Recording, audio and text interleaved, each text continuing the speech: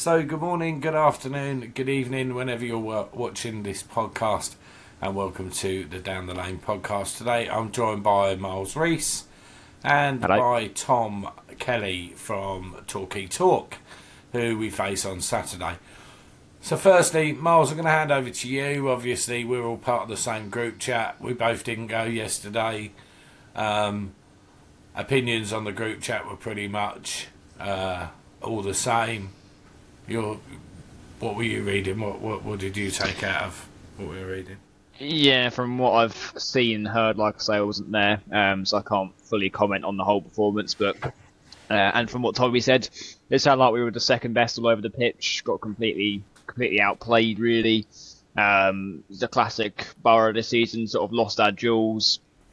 Didn't really have much of a foot in the game, and looked like we were second best every loose ball. By the sound of it, they had much more determination than us. I think that's probably shown by the fact that we had no bookings whatsoever. They had 6, albeit you don't want bookings, right? But at least shows you're sort of up for the fight. And apparently they had a couple of goals disallowed.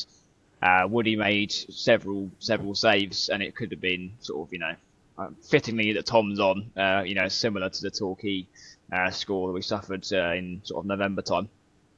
So not good at all. Would have been nice to at least follow up with a decent performance, I think, after Tuesday, where we had a bit of hope after the Maidstone win. But sadly, I think it feels like we're a bit back to square one again. But as we'll get on to, the game on Tuesday could put us back on the right course. So one to write off pretty quick by the sound of things. And Tom, yesterday you didn't go to your game, I don't believe. But Are all fake fans? Yeah, I know. Today we're all no one's going. Right? Yeah. Tell us a bit about Torquay yesterday, Tom. Yeah, so I have to rely on others. I've only just seen the highlights this morning. Unfortunately, I was working, and I'm also based in West Sussex, so it's a bit of a trek for me going to home games, let alone a lot of the away games this season. A bit of a story of our last couple of games, to be honest. We've started games really well, but we're just not clinical enough in front of goal, which, considering we've scored the second highest amount of goals this season, is sort of a crazy thing to say, really. But last season, you harbour back to, we missed out on the title by a couple of goals, and this season, we haven't really put any teams to the sword other than Borough, sorry to say. But yesterday, Maidenhead are a really good team as well. They're fighting for the playoffs, and I think what we've seen in recent games is everyone's got a battle. Everyone's battling for something, whether it's survival, whether it's for getting into the playoffs, or what we're hoping to be another title fight this season. You've got to be at your best at all times, and unfortunately yesterday it just sounded like another one of those games where we started really well, not played a full 90-minute display. We've gone in at half-time 1-0 up, which was the first time we've gone ahead in a game in 6 games. So we've really had to work for a lot of the points that we've got in recent games.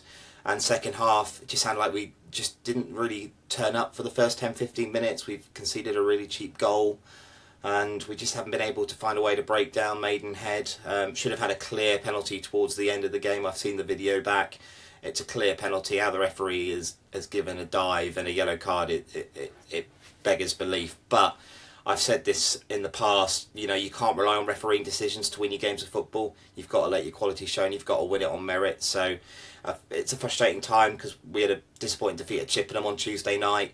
Again, similar story. I'd say we were the better team throughout the game, but just didn't take our chances to hit the post. We had about 4 cleared off the line, and then we're done by a cheap goal in the last 10 minutes. And it's a reality check for us that, if we are going to meet our aspirations of winning the title this season, you've got to fight for it, and you've got to take your chances when they're presented to you. And in the last couple of games, we haven't been able to do that. I blame the manager of the month curse. Paul Watton got that for January, and since then we've lost to Chippenham and then drawn to Maidenhead. So it's frustrating last couple of weeks, but it's important to recognise as well that we've gone on a great unbeaten run. A defeat to Chippenham was the first time we'd lost since Totton at mid-December.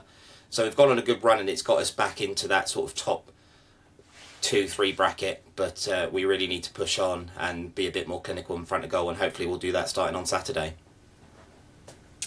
Yeah, well, you've got obviously a Tuesday off, so me and Miles are going to have a little chat about Chesham on Tuesday. Another one you're not going to, Miles. Well, whilst we're doing this, Tom, I know you look a little bit thirsty there. You might want to have a little drink.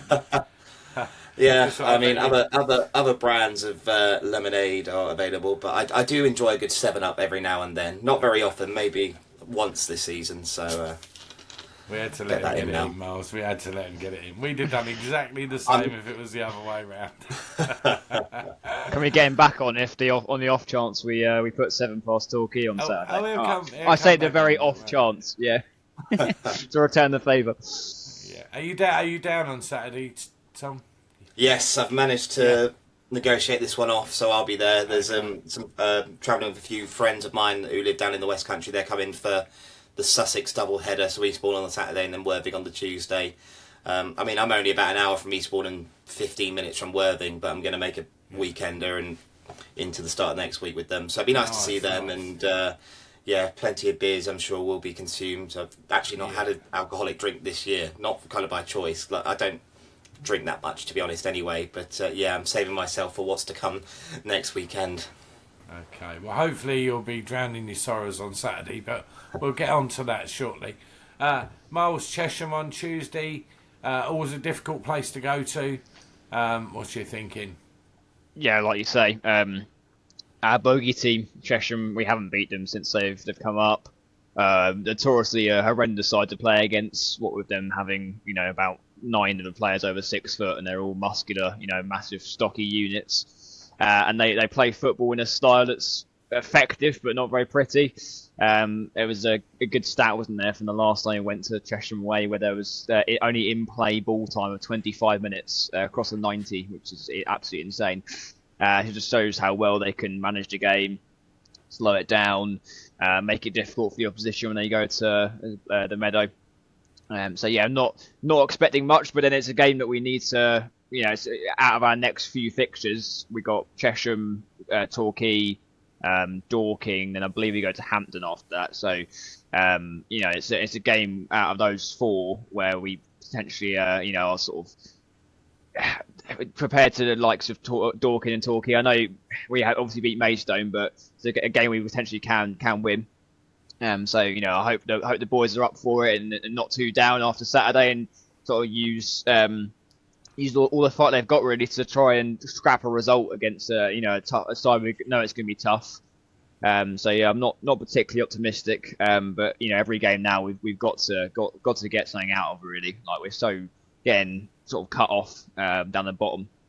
I believe we've got a sort of 5 or 4 point gap to Bath, but then they've got about 5 games in hand. Which can go either way, right? Because we had the situation a couple of years ago where Taunton and Truro, etc., had like games in hand, and they didn't manage to capitalise on it, particularly Taunton. But then it can go the other way, and they get a few results and they're out of sight. So yeah, it's starting to get quite worrying now, I'd say. So yeah, not particularly hopeful, but if we can get a point, we'll take it, I guess. Yeah, and I think we've been looking at the bottom of the table there, thinking it's sort of like 4 from 5 or 6 really, because there was that little gap. But if you look, a few of them teams that were looking safe haven't been performing that well, and obviously teams down the bottom have been picking up results. We picked up one, and Chippenham have done so, and and I think that as much as it looked at one point like the relegated 4 would come from 5 or 6 teams, I think that gap is going to narrow, and I think there are going to be teams that are dragged into it. But in saying that, we have to start getting the results on the park, right? Because if we don't get them results on the park, that battle's going to be above us, and we're going to have no part to play in that. So, Can I say, Barry, as yeah, well, I mean, with the Chippenham result on Saturday, I think it's just a concern because they'll be it now.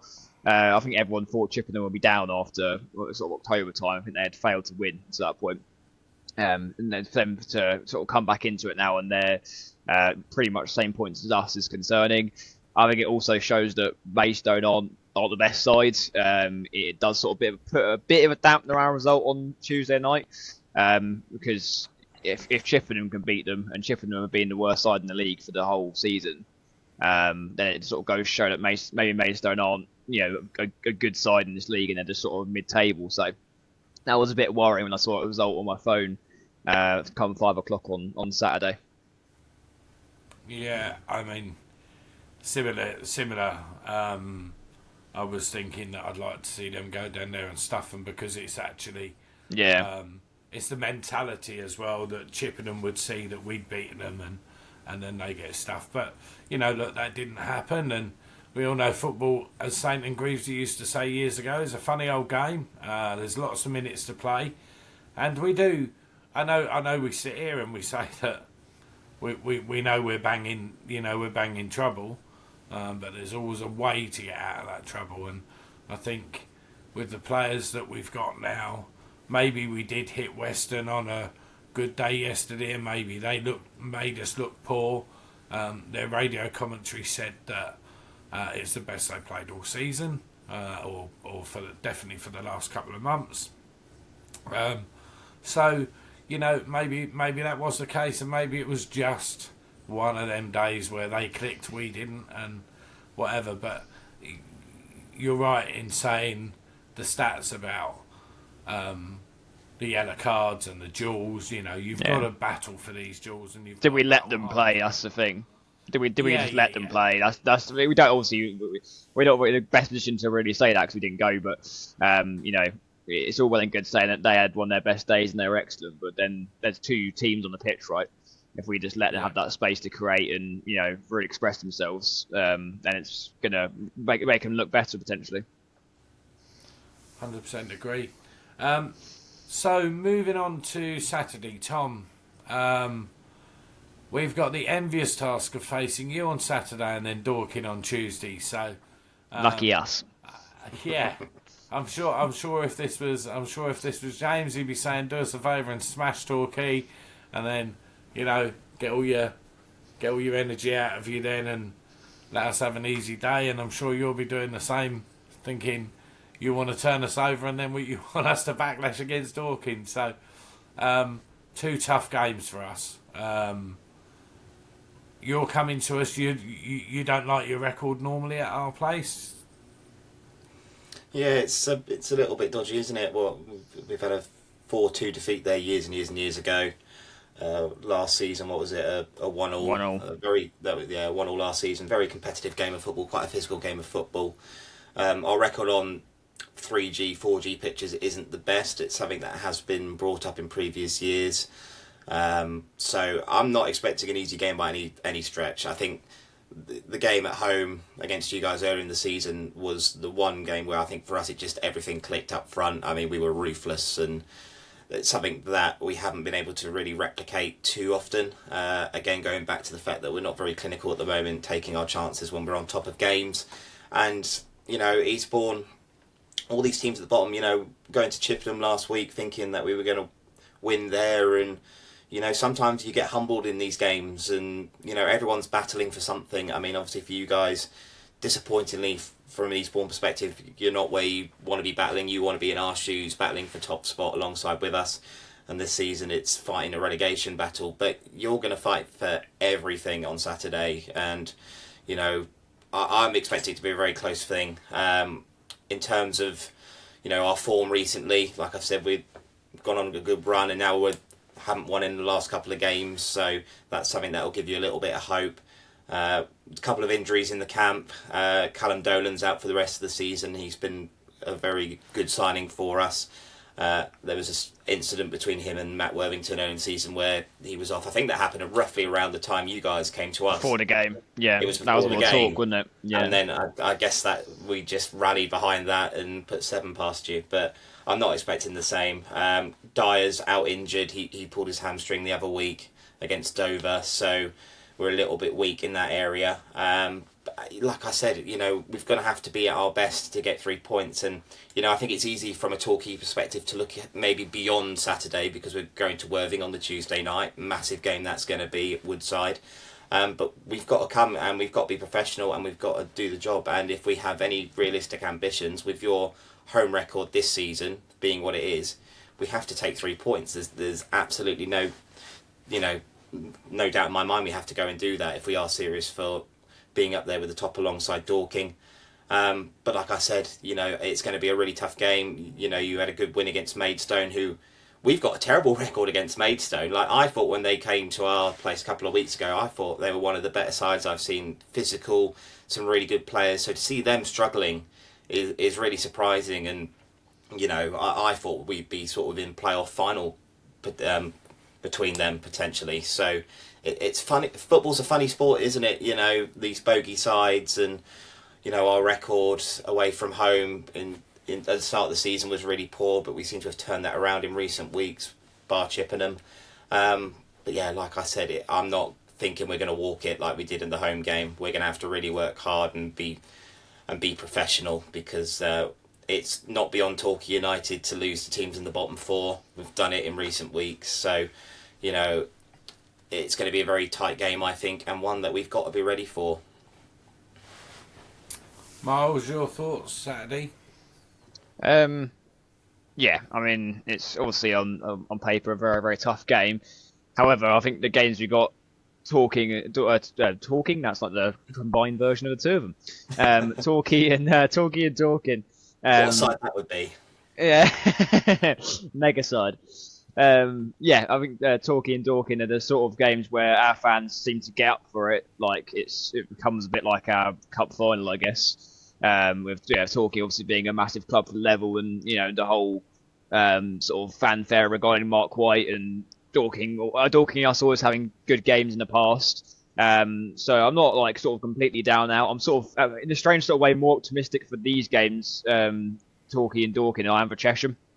So I think the crowd will get up for it. If the lads can put in a good shift and a good performance, I think we'll rally around them. So yeah, obviously going to be a difficult test. I think with Torquay in particular, like Tom said, we've got to use the fact that they aren't very good on 3G to our advantage. Potentially, get some good early chances and get the fans behind us. Because if Torquay score early, then I just don't see a way back for us personally. Particularly as we're so poor defensively as well. I think we've now conceded nearly sort of 48 goals, I think it was, in 22 league games under Tommy, which is just absolutely horrendous.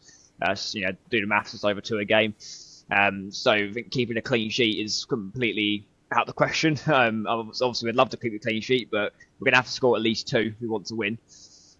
Which makes any game of football a massive uphill battle if you're starting off, knowing you've got to score twice against a team. I'd imagine, and don't know the stats behind Torquay's defence, but I imagine you guys are fairly tight at the back, given the fact you're up there. Yeah, I think we do tend to concede a lot of goals, though. It's like from yesterday was the first time we went ahead in the game in 6.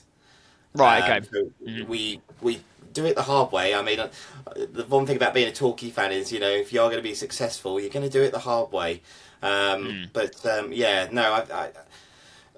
away from home, I think we've got the 5th best form at the moment. I mean, I think we were down at 16th at one stage. So there's always a chance.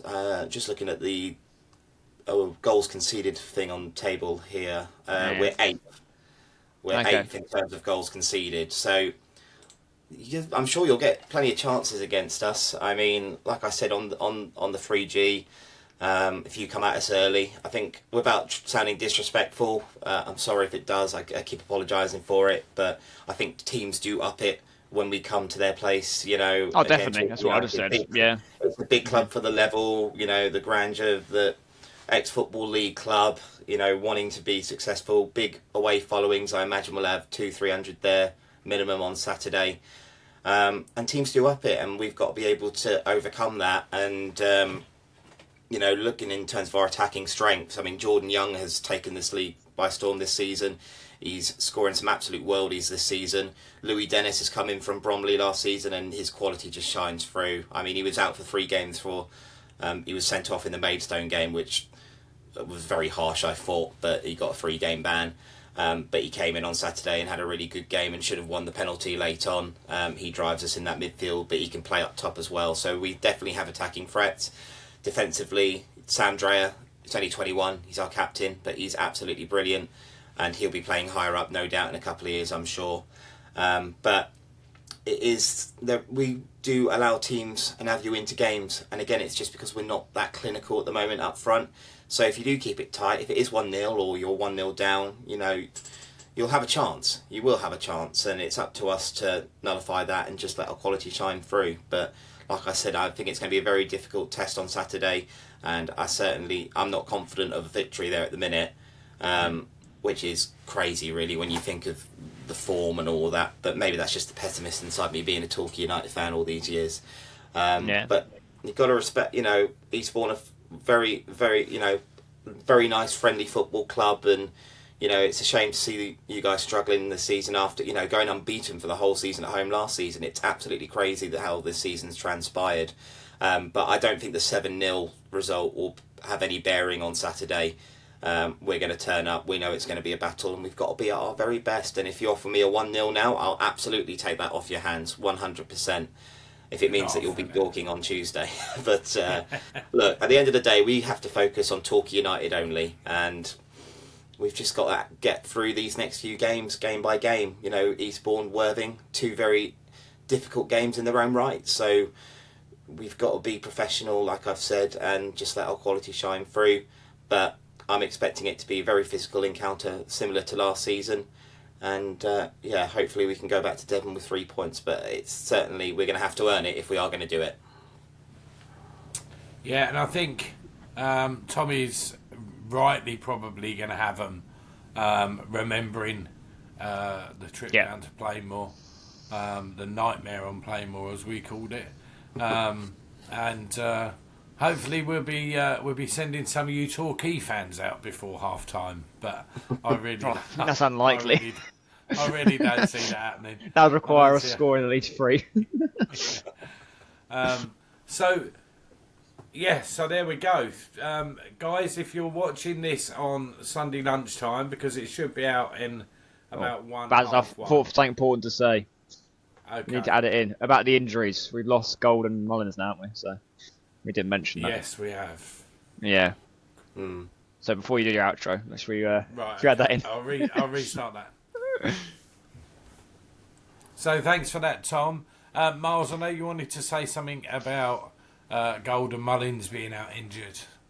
Yes, yeah. So it sort of came to light, didn't it, when they put the squad photo out on. I think we did some training at Bracknell Town on the way to Western on Saturday. Gold and Mullins weren't pictured, so we started a bit of speculation about where they were. And Tommy confirmed they're going to be out for a long time, which is obviously a big blow to lose 2 of our strikers. We got 4 strikers, haven't we, really, with Alexander, those 2, and Noiki, who's sort of a massive bit part player. So that leaves us massively weak up top. Interesting to see what he does now with the formation going forward as well. Given the fact Tommy's been quite persistent, particularly in playing Mullins, just to have that pace in behind. Obviously lost that now, and George is a sort of striker that needs that service to get himself chances. Not the sort of striker that we can just sort of pump over the top and he's going to run to it, or he'll sort of win a header. He's not that sort of player. He needs ball to feet in the box. So it's a massive blow. But respectfully to the other lot, if we had to lose, or keep a player up top, I'd rather have George than the other 3. So at least you still got our main man. But yeah, it's disappointing, particularly as sort of Mullins is like I say, a good asset for us to give us a different option. And Gold's been very disappointed so far, hasn't he? From the sort of 4 or 5 games he's had, he's been nowhere near what we thought he'd be. Having a good amount of experience in the National League. And even higher as well, but still to have an option off the bench that's got a bit of physicality about them, a bit of height, it does always help. And we've been sort of a shadow of ourselves what we were in December without Pemi as well. So we've not had much luck up front in the last couple of months, but it'll be interesting to see if we get any recruits in potentially, because I think we definitely need another option. Because respectfully to Noiki, I don't think he's at the level to play consistently for us. So hopefully we'll have a trick up our sleeve in the market in the next few weeks. Yeah, I agree, and I think we're getting to that stage of the season as well now, where, let's be fair, whatever league you're in, and I think the gulf between the regional, so the South, the North, and the National is huge.